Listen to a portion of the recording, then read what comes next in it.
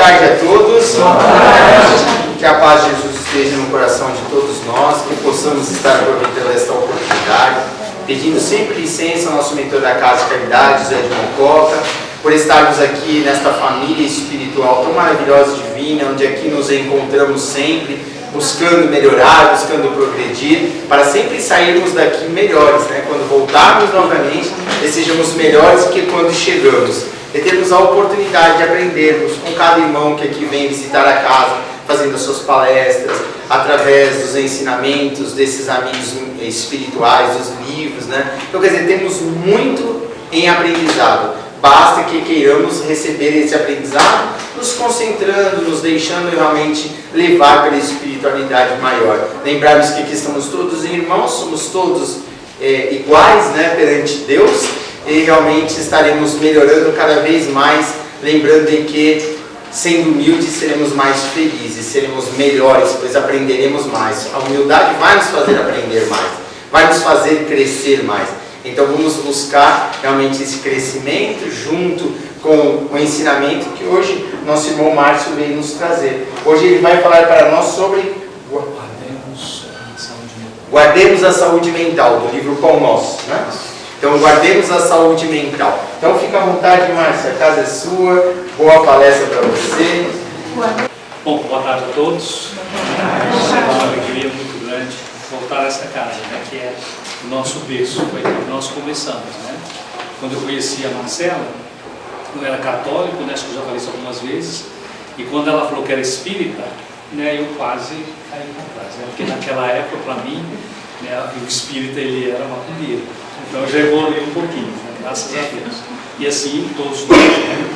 E a recomendação hoje, né, de Emmanuel, está no livro Pão Nosso, ele fala que guardemos a saúde mental, né? Principalmente no momento que a gente vive hoje, né, com tantas atribulações, a gente está nessa fase, né, de transição para o mundo de regeneração, e a gente sabe que tem muitos espíritos que estão tendo a última oportunidade de reencarnar aqui. Então a gente vê muitas atrocidades, a gente vê muitas coisas que tiram muitas vezes o nosso sossego, a nossa tranquilidade, né? Não falando das questões nossas mesmo, né? Do dia a dia, da nossa casa, do trabalho. Então são muitas as situações para que a gente perca essa saúde mental. A gente vê aí as doenças, principalmente depois da pandemia, né? A questão da ansiedade, a questão da depressão, né? Os números são realmente alarmantes. E é isso, essa é a recomendação aqui de Emmanuel. Quando a gente fala, né, de números alarmantes, né, a OMS fala que a saúde mental é um estado de bem-estar no qual o indivíduo ele é capaz de usar suas próprias habilidades, recuperar-se do estresse rotineiro, ser produtivo e contribuir com a sua comunidade. Então, ou seja, uma pessoa que está com uma boa saúde mental deveria fazer tudo isso aqui, né? E hoje a nossa grande busca diante das dificuldades é buscar. E ela acrescenta mais, né? Ela fala que a falta de doença não significa necessariamente um estado de saúde. Porém, esta resulta da harmonia de 3 fatores essenciais: o bem-estar psicológico, o equilíbrio orgânico, né, e a satisfação econômica. Então, para que a gente tenha essa saúde mental, ela fala desses 3 fatores que são importantíssimos, essenciais para nós, seres humanos, né? Quando a gente fala de bem-estar psicológico, né, a gente lembra, né, de quantos traumas, né, nós carregamos, quantas famílias, né, principalmente essas que a gente assiste, que vêm de situações tão difíceis, né, violência doméstica, né, a gente tem a questão, né, da escassez, a falta de alimento, né, a gente fala aqui do equilíbrio orgânico, né, a gente tem tantas facilidades, né, a gente compromete muitas vezes a saúde, né, com a nossa falta de disciplina alimentar, além do estresse que a gente vive, né, e a satisfação econômica, tudo isso interligado, né? Por exemplo, uma mãe, né, que vê os filhos com fome e não tem condições de alimentá-los, ela não tem condições psicológicas, né, de manter essa saúde. Então, por isso que a OMS fala desses 3 aspectos que são tão importantes. E aí a OMS traz para a gente, né, um pouco de estatística, né? E aí ela fala que No caso aqui da população brasileira, 10% já conviveu com um transtorno de ansiedade, né, e 15,5% com depressão. Em algum momento da nossa existência já passamos por essas doenças. E aí, quando a gente fala aqui, né, de 10% da população, né, nós estamos falando aí de 20 milhões de pessoas, considerando que a população do Brasil está em torno aí de 200 milhões de pessoas. Então é muita gente quando a gente fala de 20 milhões. Muita gente passando por esses problemas aí, né, de falta da saúde mental. Quando fala, né, do suicídio, esse dado aqui é um dado global, 700 mil pessoas cometem suicídio por ano.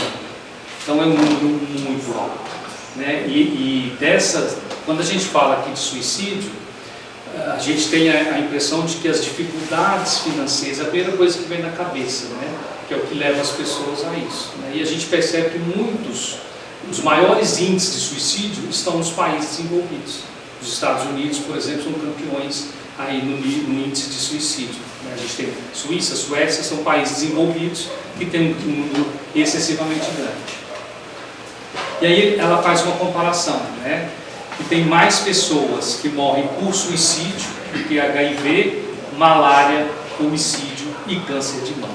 O câncer de mama é uma doença trágica que a gente sabe, né, que é o que mais mata mulheres. E aí a gente olha o suicídio, ele está acima dessa estatística do câncer de mama. Então é muito sério, né, e o que leva, né, as pessoas a essa situação, né, de falta de esperança, de não ver mais sentido de viver e por aí vai. Entendeu? E aí a gente tem aqui o psiquiatra Wesley Assis, né, ele fez em um podcast mensal da FEB, ele fala o seguinte, né, o século atual da pós-modernidade é o momento da ansiedade, caracterizado pela psiquiatria como as doenças do vazio. Né? Então, a própria ciência, né, a própria psiquiatria enxerga, né, essas doenças como doenças do vazio. Isso chama atenção em decorrência de que o ser humano chegou num nível de racionalidade muito alto, esquecendo as partes das emoções e do equilíbrio. Então a gente vive num momento, né, que a gente é atropelado por tantas informações, né, tudo numa velocidade muito grande, né, e a gente sempre em busca de algo mais e tem esse vazio. Né. Tem uma palestra do Haroldo Dutra, que ele trata de uma questão que vai bem de encontro a esse vazio. Né. Ele conta uma metáfora, né, que traz, segundo, né, o budismo tibetano, um reino que chamava Reino dos Fantasmas Famintos. Nesse reino, os habitantes, eles tinham uma fome, né, um apetite insaciável.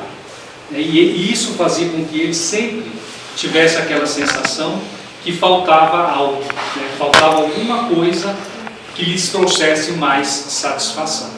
Eles tinham um estômago muito grande, tinha a garganta estreita e tinha uma boca pequena, do tamanho da cabeça de um alfinete. Então, ao mesmo tempo que eles tinham essa fome imensa, eles tinham condições mínimas de se alimentar. Né?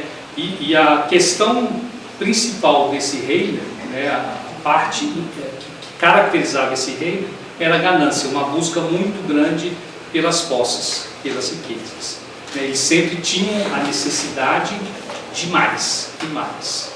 E aí, esse paralelo, né, dessa metáfora, né, que o Haroldo traz, vai muito de encontro com esse vazio, né, que nós sentimos, que muitas vezes nos leva aos pensamentos suicidas, né? Tantas pessoas cometendo esse ato contra a vida, né? Porque nós vamos criando necessidades cada vez maiores, né? Nós vamos criando expectativas que muitas vezes a gente não consegue atingir, e aí a gente vai se frustrando, né? E a gente vai entrando nessa questão, nesse ciclo vicioso, né, de cada vez mais. Então eu coloco uma meta, eu atinjo essa meta, né, e isso é muito imediato, isso logo passa. E aí eu estabeleço mais meta e aí a gente continua sempre buscando, né, e nunca está saciado, sempre buscando mais e não conseguimos nos saciar.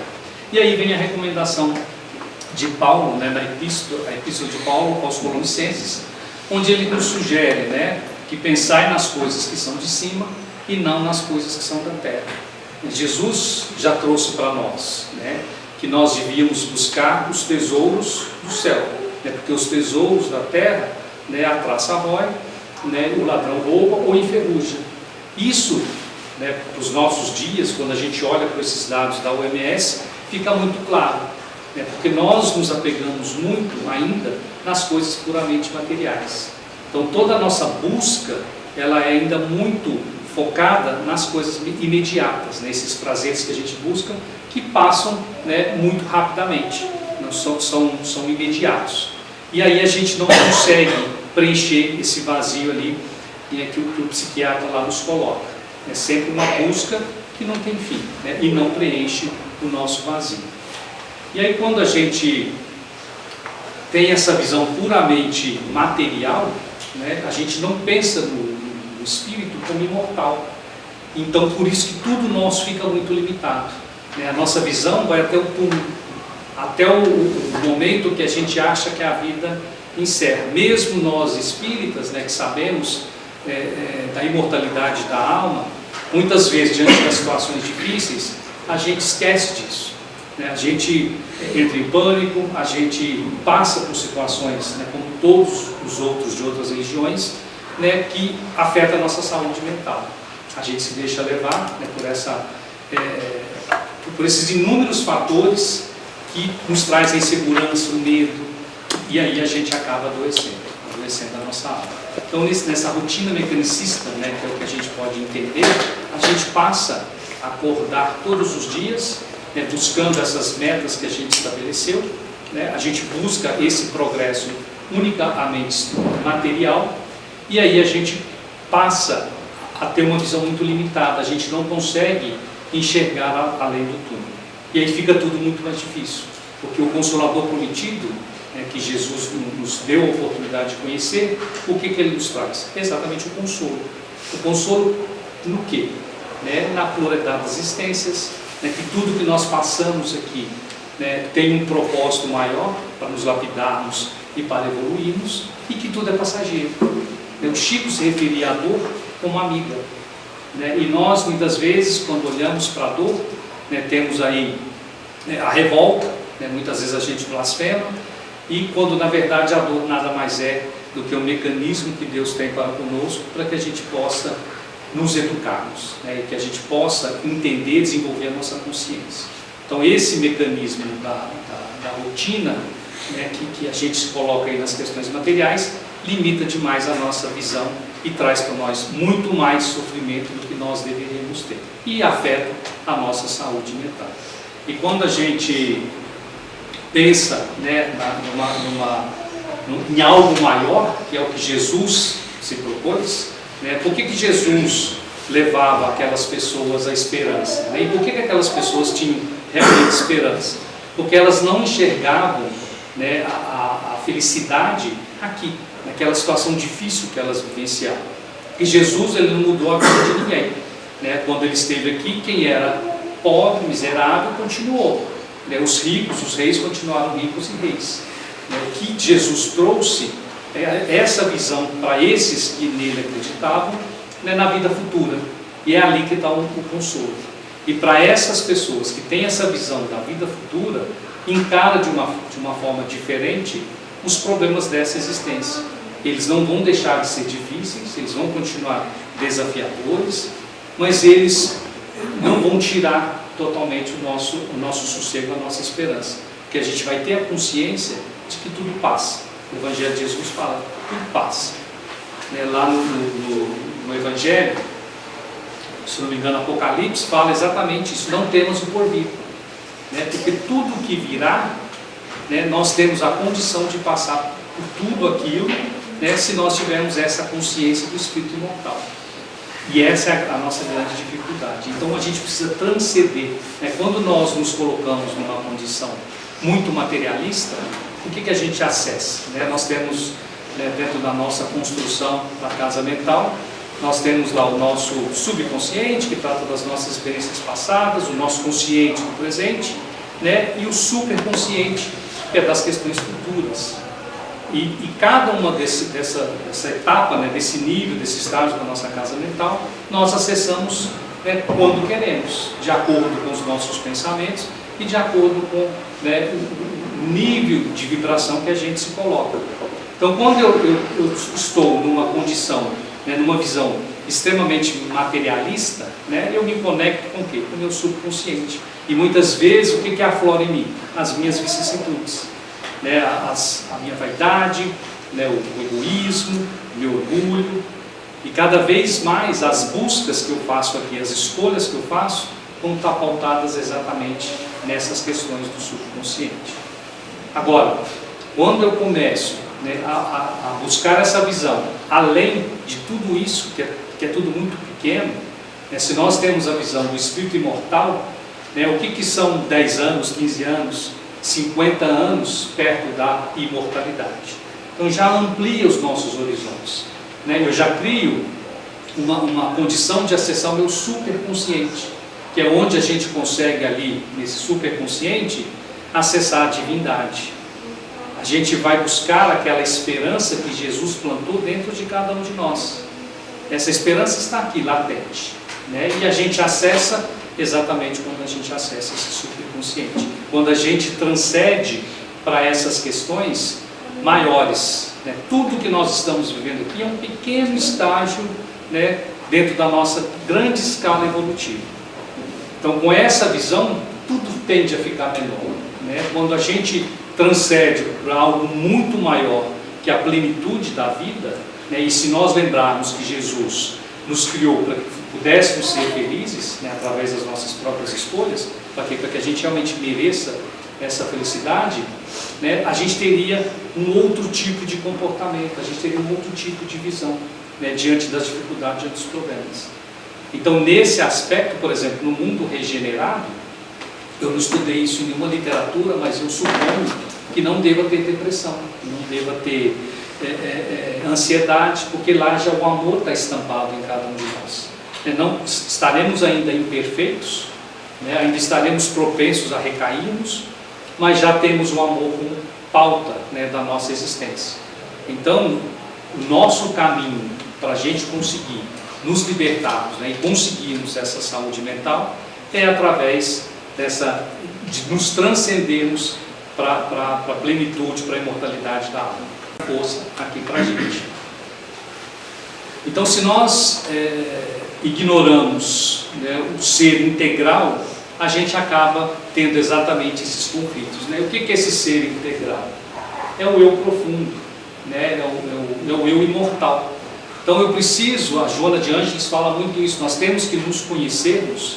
A partir do momento que nós nos conhecemos, que a gente faz essa imersão para dentro de cada um de nós, né, e temos essa visão mais ampla, a gente passa a se conhecer melhor, a gente passa a entender as nossas fraquezas e a gente pode, aceitando-as, trabalhando para superá-las, trabalhando para melhorá-las.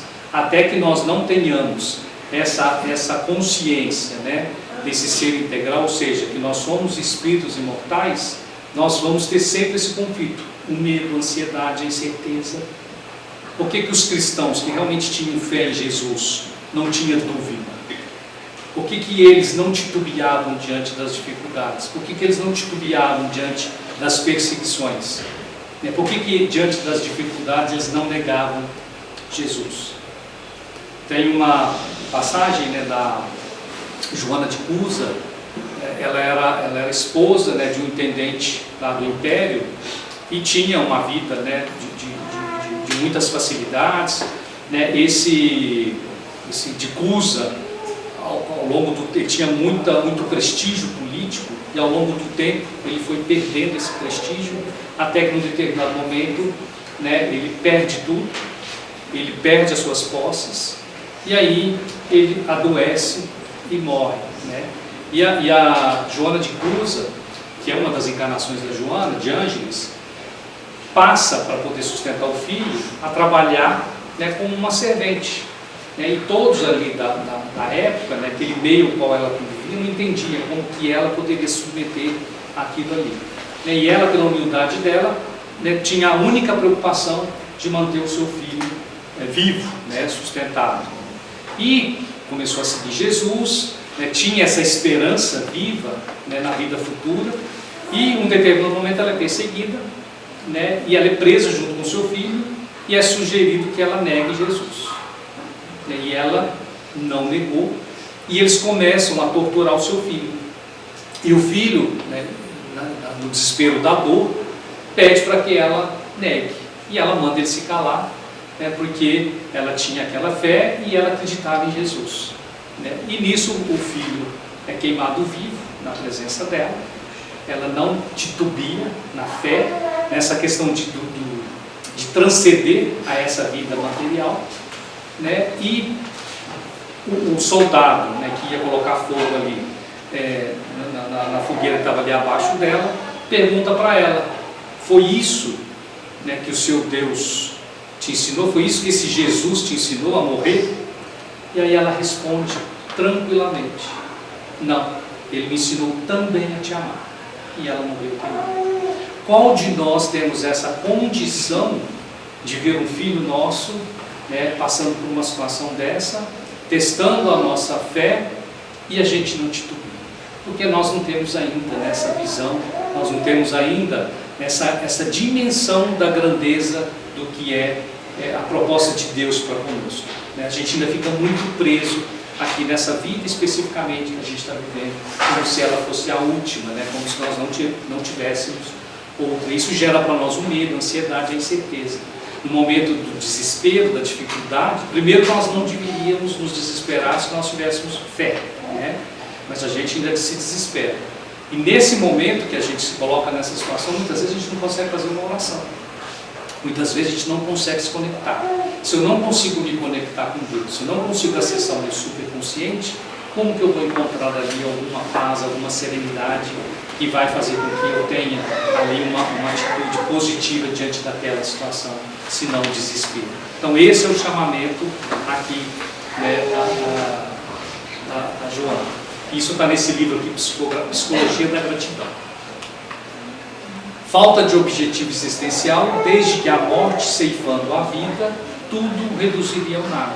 Nós temos o privilégio de conhecermos a doutrina espírita, né, e sabemos da pluralidade das existências, né, sabemos, né, que teremos outras oportunidades, né, que a vida não acaba no túmulo, muito pelo contrário, ela começa. O túmulo nada mais é do que uma porta, né, para que a gente possa acessar uma nova etapa, né, na nossa consciência, né, e nessa dimensão do que é a vida, que Deus nos traz. Então, se nós não tivéssemos um objetivo existencial, o que acontece com o suicida? Né? Ele perde esse objetivo existencial. Viver para quê? Né? Qual o propósito? Ele não tem isso. Ele perdeu isso. E por isso que ele acha que ceifando a vida, tudo vai se resolver. Ele não consegue, mesmo com entendimento, né, mesmo com as leis divinas gravadas na nossa consciência, porque na nossa consciência está gravada a lei da conservação. É a lei que faz com que, diante de qualquer dificuldade, a gente lute pela vida. E muitos desses, né, que cometem esse ato, naquele momento, né, estão fechados para esse ensinamento, para essa lei. E nós sabemos que quanto mais nós nos distanciamos da lei, mais dor e sofrimento a gente busca para nós mesmos. Mas tudo dentro de uma condição que nós mesmos nos colocamos. E é por isso que a doutrina espírita nos auxilia a entender que Deus é maravilhoso, Ele é perfeito. E toda a dor e sofrimento que nós vivenciamos, né, é fruto, né, de escolhas equivocadas que fizemos, mas que pela misericórdia divina teremos a oportunidade de resgatar, de olhar de uma outra forma aquela situação, talvez pela dor, mas desenvolver a nossa consciência. Esse é o grande propósito, né, da nossa vida, da nossa encarnação. E aí é o tédio que leva a gente a realmente não querer nada, né, perder totalmente o ânimo pela nossa existência. A perspectiva da transcendência oferece ao ser humano um significado igualmente grandioso, porque não encerra o seu ciclo evolutivo quando lhe sucede a morte. Então, transcender, né, quando a gente pensa, né, alguém me fez um mal, né, o que é o nosso primeiro ímpeto? baseado no nosso estado de espírito ainda muito impregnado de egoísmo e de orgulho, né? A gente quer, talvez às vezes involuntariamente, que essa pessoa pague aqui mesmo e, se possível, que a gente possa ver aquilo que ela me fez, a ofensa que ela me fez. Então a gente ainda é assim, né? Se nós tivéssemos essa perspectiva de transcendência, nós perceberíamos, né, que todo desajuste com a lei, né, que Jesus fala, né, que nós devemos amar o nosso próximo, né, e esse é o segundo maior mandamento. Então toda vez que a gente prejudica o próximo, qualquer que seja, né, a dimensão desse prejuízo, nós responderemos diante da lei. Então, se nós tivéssemos essa consciência, né, essa transcendência, nós não precisaríamos desejar o mal. Ao contrário, né, nós teríamos, na verdade, compaixão dessa pessoa, né? Nós não desejaríamos mal dos nossos queridos políticos, né, aquele chefe difícil, aquelas pessoas que estão no nosso meio, né, que às vezes são bem difíceis e nos prejudicam, porque, com toda certeza, essa ignorância que a gente viu na página anterior, né, da transcendência, né, da imortalidade do ser, vai trazer consequências, vai trazer prejuízos. Então hoje nós temos muito mais ferramentas, né, quando a gente pensa nessa perspectiva de sermos melhores, né? Eu desejando algo de ruim para o outro, né, isso não vai me trazer saúde mental, muito pelo contrário, né? Quando a gente se ofende, quando a gente não perdoa, o que acontece com a nossa mente? Ela fica remoendo, né, incessantemente aquele episódio. E cada vez que a gente revive aquelas imagens mentais, o que acontece? Nós colocamos o que para fora? Energias que não são boas, né, deletérias, que com certeza trarão prejuízo para nós, né, porque nós estamos em consonância com o nosso meio, né? Tudo que eu jogo para a atmosfera automaticamente volta para nós. Então esse cuidado a gente precisa ter. E nessa perspectiva da transcendência, né, nós temos essa visão, nós temos essa consciência. O homem encontra consigo mesmo, além do túmulo, com as virtudes e defeitos, ideais e vícios, a que se consagrava no túmulo. Ou seja, nós não vamos passar, né, do túmulo, vamos chegar na parte espiritual, né, e um toque de mágica nós vamos deixar para trás tudo aquilo de ruim que nós tínhamos, né? Assim como também a gente não deixa para trás as conquistas da alma, né, as virtudes. Então o Emmanuel, né, nessa reflexão, ele fala muito dessa questão, né, que nessa ideia de transcendência, né, o Espírito ele só passa uma porta, ele vai exatamente como ele saiu daqui, carregado das suas virtudes e dos seus defeitos. Então com essa consciência a gente tem a oportunidade de tentar fazer diferente. Aqui ele fala, o avarento está preso aos bens supérfluos e abusivamente amontoou, né? Lembremos lá da passagem que fala, né, daquele homem rico mau, alguma coisa assim, que ele teve uma plantação muito grande, né, muito mais do que ele esperava, não cabia nos celeiros. E qual foi a ação dele, né? Construiu celeiros muito maiores para guardar tudo aquilo, para que aquilo durasse e ele pudesse ali, né, em toda a sua existência, ter a tranquilidade, o conforto daquela fartura, né? E aí, o que ele não sabia é que ele morreria naquela noite. Então, ele foi denominado como louco. Louco, se soubesses que vais partir hoje, né, não se prenderia a guardar tudo, né? As riquezas é uma bênção de Deus, né? Não é ruim, o dinheiro é algo bom, é pelo dinheiro que se tem a evolução material, o progresso, e pelo progresso, né, a gente também desenvolve a moral, uma coisa está ligada à outra, porém não podemos nos tornar escravos do dinheiro, que foi o que aconteceu com esse homem rico. O vaidoso permanece ligado aos títulos transitórios. O que são esses títulos, né? Quando a gente transpassa, né, o túmulo, né, nós somos todos iguais, né? Todos os títulos aqui, o poder que é efêmero, que nós temos aqui, né, enquanto temos as nossas posições sociais, de nada tem validade. Né? Depois do túmulo, nós somos todos iguais. E aí a gente lembra do Evangelho de Jesus, que paulatinamente bate na nossa consciência e nos lembra, né, que os últimos serão os primeiros. Aquele que se elevou será rebaixado, né, e aquele, né, que estava rebaixado se elevará. Então olha quanto tempo tem que Jesus nos ensina isso, né? Os Espíritos hoje voltam e nos falam. Nós temos toda a literatura que nos mostra como será, né, a nossa experiência do outro lado, se a gente não buscar essa transcendência, se a gente não passar a olhar para a nossa existência como uma existência eterna, né, imortal, não até o nosso túmulo. O alcoólatra ronda as possibilidades de fazer a sede que lhe domina os centros de força. Se nós não conseguirmos nos libertar aqui dos vícios, como que nós vamos conseguir nos libertar quando chegarmos lá? Né? Vai ficar até mais difícil. Né?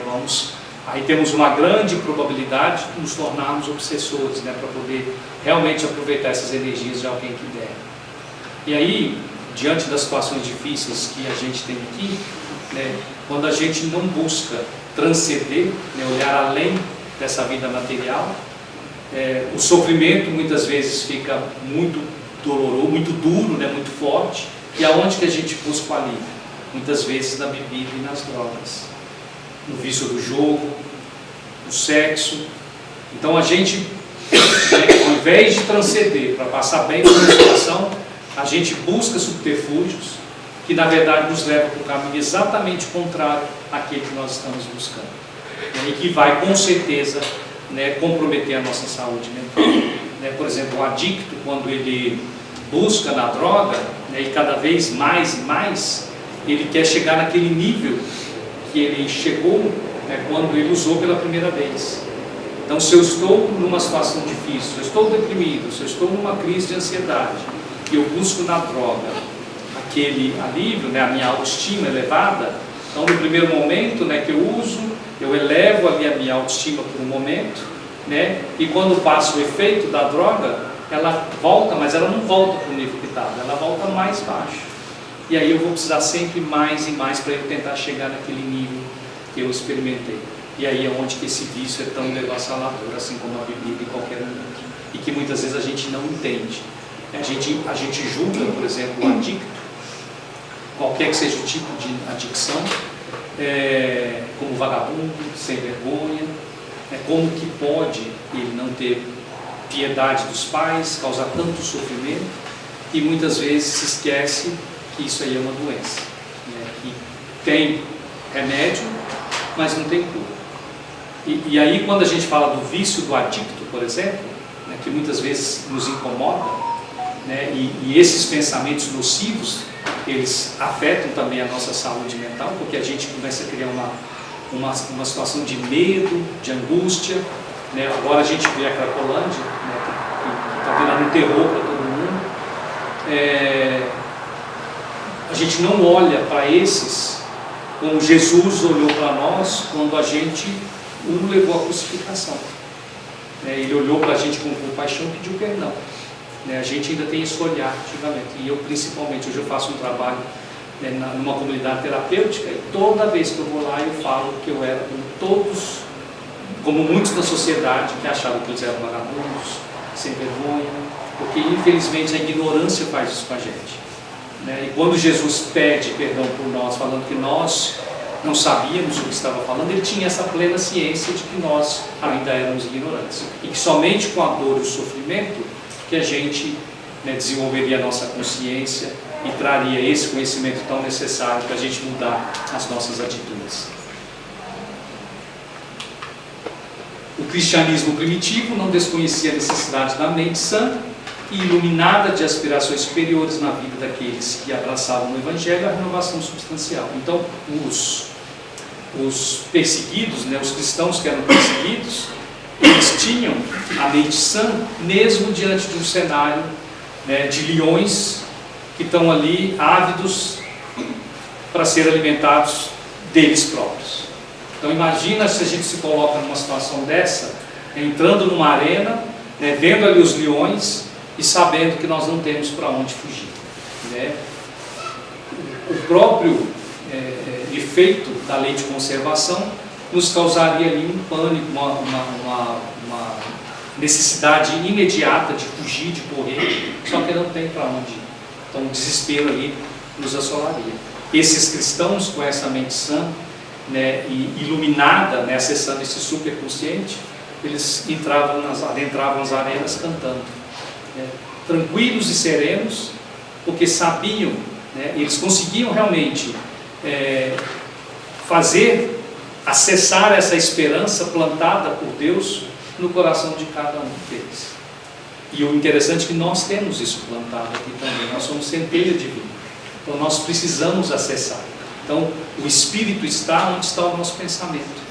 Quando a gente acessa, né, as imagens mentais boas e positivas, né, nós vamos ter o alívio, nós vamos ter a paz. Aquela paz que Jesus nos deu, a paz dele, não foi através de uma transfusão. Nós precisamos saber como acessar essa paz. E ela está lá no nosso superconsciente. E aí fala, né, o Emmanuel reforça, né, que guardemos a saúde mental, estar no mundo sem ser deste mundo. De novo, a transcendência, né? Estamos aqui, não somos daqui. A nossa casa não é aqui, né? Nós somos espíritos mortais. A Terra, na verdade, ela é um experimento, é um laboratório, né, para que nós possamos colocar em prática aqui, né, o que nós estamos aprendendo em termos de consciência, onde nós vivenciamos as nossas provas e expiações. Então, nesse conceito, né, de que nós não somos daqui, nós não podemos perder a esperança, né, de que vamos sair daqui vitoriosos. Jesus falou para a gente que nós sairíamos daqui para a glória do céu. Então, esse momento que nós estamos aqui na Terra, né, nós estamos aqui de passagem. Isso aqui é uma escola para cada um de nós, né? E aquele aluno aplicado, que, né, passa todas as etapas, todos os anos havia séries, né, e chega até a faculdade, se forma e tem continuamente ali a sua evolução acadêmica, essa é a proposta para nós, né, estando aqui encarnados na Terra, né, para que nós possamos passar, né, pelos nossos objetivos, né, pelo nosso plano reencarnatório. Nós precisamos cada vez mais transcender. Quanto mais nós transcendermos para essa visão de espíritos imortais, mais manteremos a saúde mental, que é aquela dos cristãos que realmente tinham a fé. Nós vivemos na lei da sociedade, é uma das leis divinas que está aí para que nós possamos ajudar uns aos outros.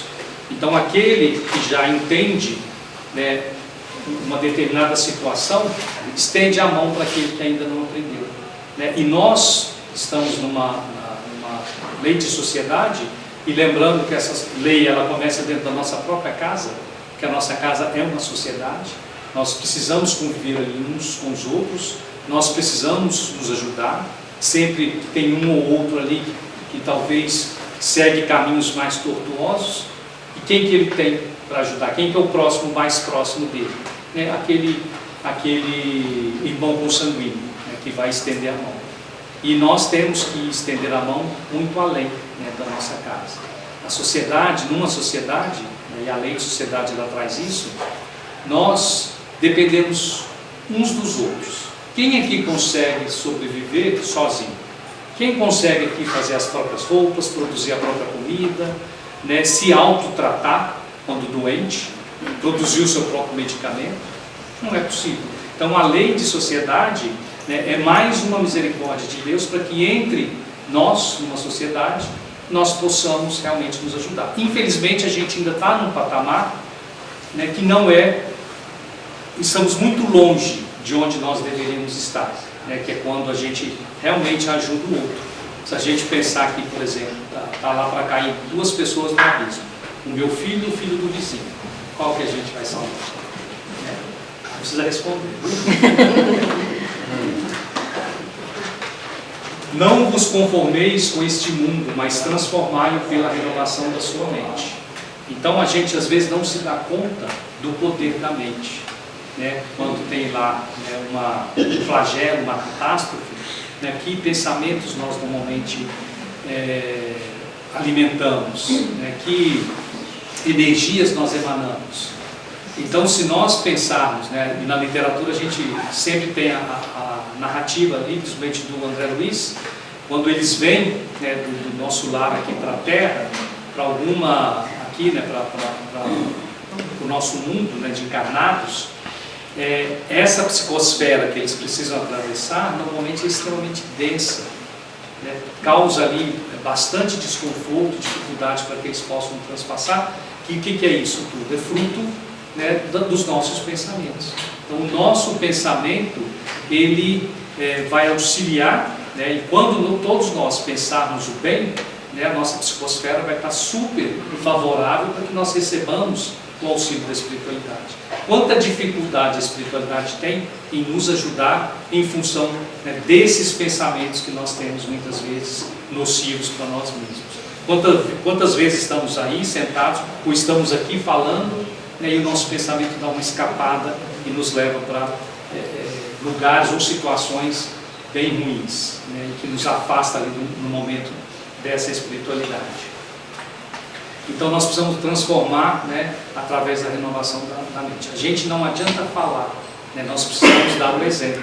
Hoje a gente não educa os filhos, né, pelo medo, ali pelo rigor extremo, mas pelo exemplo, né? Nós vamos conseguir arrastar sempre pelo exemplo. E a Joana de Ângeles, ela fala, né, muito na questão do desapego. Se nós queremos transcender, nós precisamos, né, desapegar dos títulos, posições de destaque. Beleza e harmonia somática não são de caráter permanente na estrutura do ser imortal. Proposta essencial da harmonia interior. Então, não adianta, se eu tenho problemas com a velhice e faço muitas plásticas, né, eu posso estar lisinho. Quando aparecer a primeira ruguinha, acabou toda a minha paz. Já vem todo aquele transtorno. E assim é com tudo, né, com os títulos. Hoje eu tenho uma posição aqui na minha empresa, mas por algum motivo, uma reestruturação, eu fui reduzido a um cargo menor, né, e aí o mundo para mim desaba, né? Eu preciso me desapegar de tudo isso, porque tudo isso não vai nos levar a nada no âmbito interior. Excita-te em possuir sem deixar-te asfixiar pela posse possuidora. Olha que profundo que é isso. Que nós não sejamos escravos, né, das posses, que nós não sejamos escravos do dinheiro, das vaidades, né, do escravo do nosso próprio corpo, porque ele tem o seu período, ele é perecível, né, e ele vai ao longo da vida se transformando, e nós temos que saber lidar com todas essas questões, nos desapegar. A transcendência, por sua vez, faculta o sentido de gratidão em todas as circunstâncias, proporcionando comportamento saudável, relacionamentos edificantes e inefável alegria de viver com os olhos postos no futuro promissor.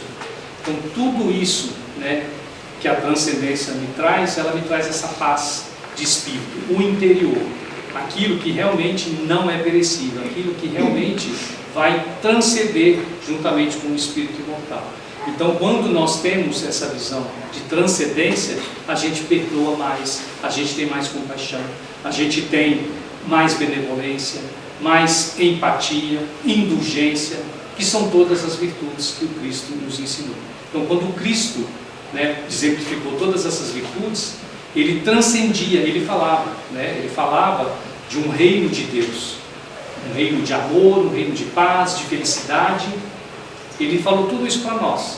Nós precisamos não somente acreditar nesse reino, mas fazer, como fala ali, como um bom cristão, todos os dias, acordar e perceber que a gente ainda tem que mudar, que a gente precisa se transformar. E que hoje eu possa ser melhor do que eu fui ontem. E assim todo dia. Eu não preciso dar passos gigantescos. Cada passinho vai colaborar para a minha saúde mental. Que assim seja.